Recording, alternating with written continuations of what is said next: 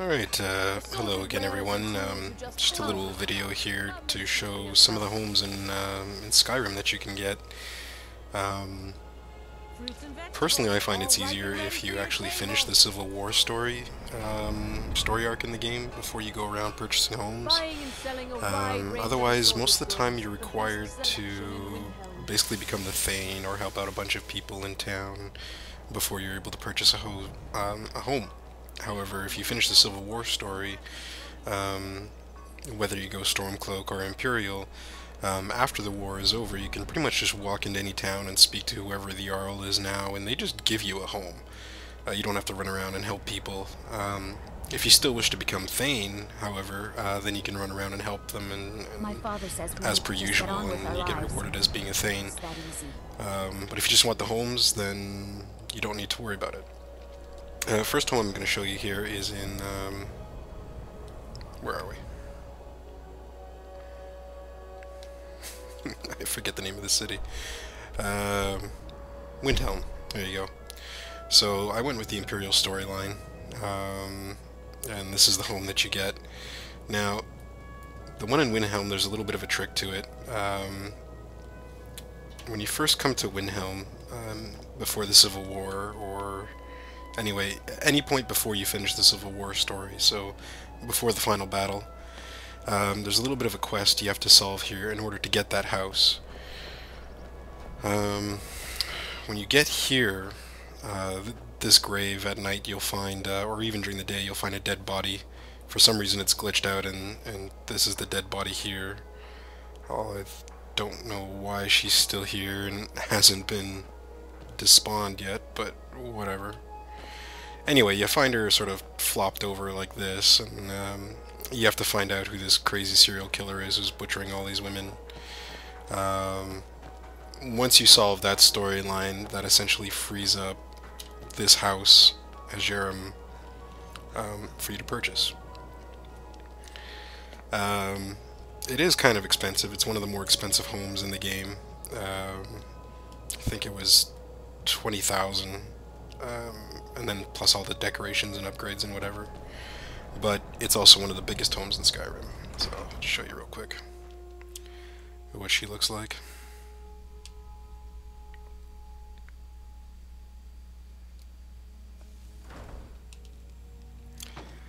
Alright, for some reason even after you solve the case, they didn't quite clean up all the textures. For some reason there's still blood patches everywhere, and again, this is part of that quest that I spoke about earlier. So anyway, so here you go. Kitchen area, very nice. Bookshelf. There's actually quite a lot of bookshelves. I've never seen a home with this many bookshelves. Another one here. And then this is kind of like your secret little hideaway, I guess, with an enchanting and an alchemy station. Again, this mess, this altar, everything else like that, part of the butcher storyline I mentioned earlier. For some reason it doesn't go away, and it kind of ticks me off because there's another bookshelf back here, and then there's some weapon racks back here, which I can only get to 2 of them now because of this stupid altar. But whatever. Upstairs is what's really awesome. So this is the upper level, and essentially this whole upstairs is an armory. So you have a bunch of display cases.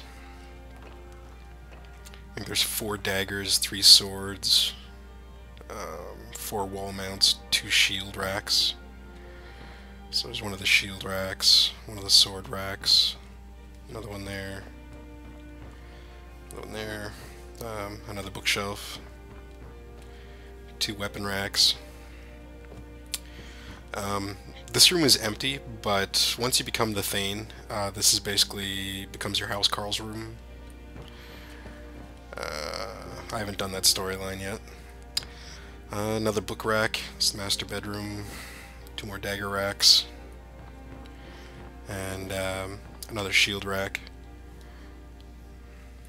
Yeah. So this is the Windhelm house. Okay, the next house I'm going to show you is the one in Whiterun. most of you are probably already familiar with it. This is probably one of the first homes that you'll purchase, just because it kind of fits into the main storyline of the quest. It's nice, it's kind of got that cozy sort of feel to it. Got a couple weapon racks there. There's one above the door. Bookshelf. If you purchase the alchemy laboratory, you get a second bookshelf, and of course your alchemy lab. And then upstairs here, this is where your house Carl is supposed to stay. However, she seems to prefer your room. Second weapon rack, and second shield rack, and of course there's Lydia the house Carl. Storage trunk. Yeah, like I said, small home, nice and quaint. Alright, so the next home, the third home I'm going to show you, is the one you can purchase in Solitaire.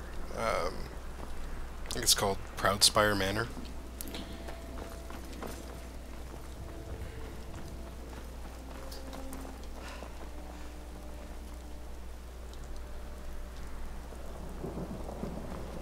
Here's a man I'm glad to see. And it's located right here, next to the Bard's College, basically, as you head towards the Blue Palace. So this is the Bard's College, and Proudspire is located right here. This house here. Personally, I think this is probably the nicest looking house in the game. It's not my favorite, but it does have like that very noble sort of, you know, wealthy look to it. I trust you're not planning any trouble. What can I do for you, friend? This is my house Carl. I don't know why all the house Carls seem to be women, but hey, whatever. Alright, so kitchen area, bookshelf again. This is the Honored to see you again, my Thane. Sitting area off of the main entrance right here. I guess we'll go downstairs first. Alright, downstairs area, you got a weapon rack right here. And this is your enchanting area along with two mannequins. I had started to do the mission where you collect all the masks, but then I saw a video which showed basically that the final mask that you get from the Dragon Priest after you insert all 8 of them is kind of lame. I think it says it has a chance to heal you once your health drops below 50% and damage opponents nearby, but the chance that that procs is so low that it makes all the effort of fighting the Dragon Priests really not worth it. So I just kind of put them on mannequins. It looks kind of cool, plus I'm wearing one of them myself, so yeah. Anyway, there's 2 more shield racks, enchanting station, another bookshelf, 2 weapon racks, alchemy station, various ingredients, another bookshelf, a door to the main street where the Blue Palace is. Alright, let's go upstairs and check the dining room / master bedroom area. Alright. Here we are. Again, another bookshelf here in the corner. I don't know how you could possibly find enough books to fit on all these shelves in all the various houses that you have. There you go. Another bookshelf, another safe. And a couple of the other masks here. Oh, I guess I actually did do the quest. Yeah, so this is the 7th mask, or 8th mask I was talking about. The one that you get once you insert all of these ones into the bust. Anyways. Not worth half the effort. In my opinion, anyway. I don't know, some of you guys might like it, but I don't. Alright, on to the next house. Okay, so I'm going to show you the house that you can purchase in Riften. This one, after you do the Civil War story, if you go Imperial side, they just basically give this to you. All you have to do is walk up to the Jarl, who's now Maven, And she's just like, "Hey, lady, your service. Here's a house. Enjoy." So this one, I don't like this house too much. It's, I don't know, kind of plain compared to the other ones. I mean, it's got that like sort of cottage feel, but I don't know. It's not as grand as the one in Solitude or the one in Windhelm. But anyway, shield rack over the mantle, over the fireplace. Weapon rack up there.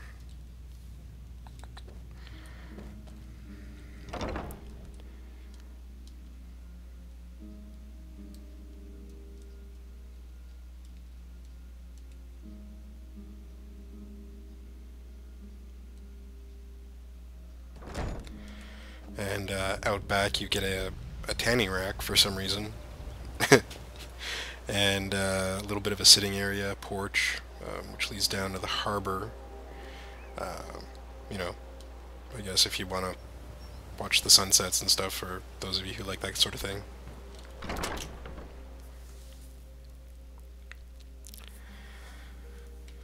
And the last area is just located downstairs. Again, it's the Alchemy and Enchanting Laboratory with 2 mannequins. And 3 weapon racks. So, oh yeah, I forgot to put stuff on these mannequins. Do that real quick.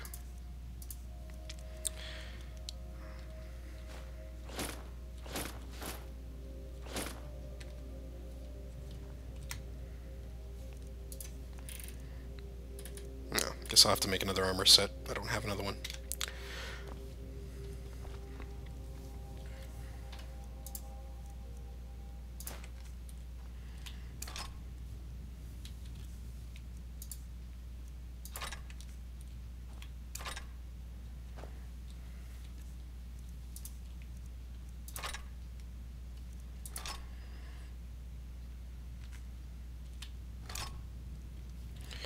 There we go.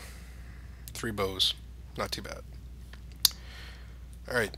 And the last house that I was able to find to purchase is in Markarth, and that's my favorite house in the entire game. I'll show you that in just a second. Alright, so here we are in Markarth, which I think is probably the coolest city in the entire game. I just like the whole fact that it's a dwarven city, and all these people are living here now. What do you need? We're gonna teach our daughter. Excuse me. Do you know What do anything you about want? this house? Go away. Thank you for your time. And again, if you choose the Imperial side in the Civil War, Outsiders aren't trusted. they just give you this house, Keep that in mind. which is fantastic. Well, I mean, you still have to pay for it, but you don't have to do the whole Thane quests like you do. It's called Vlindrel Hall. Now, this is my favorite one in the whole game, again, just because I like the whole dwarven thing. I like the steampunk look. Very cool. I loved it in Morrowind. Love it here, so this is it. It's not the biggest home by far, but I think it's the nicest looking one anyway, like I said. So there you go. In the entrance, for your alchemy buffs, you got you know, general plants and stuff like that that you can use. Alright, I'll take a quick look around here. So, fireplace, cooking pot, all that good stuff.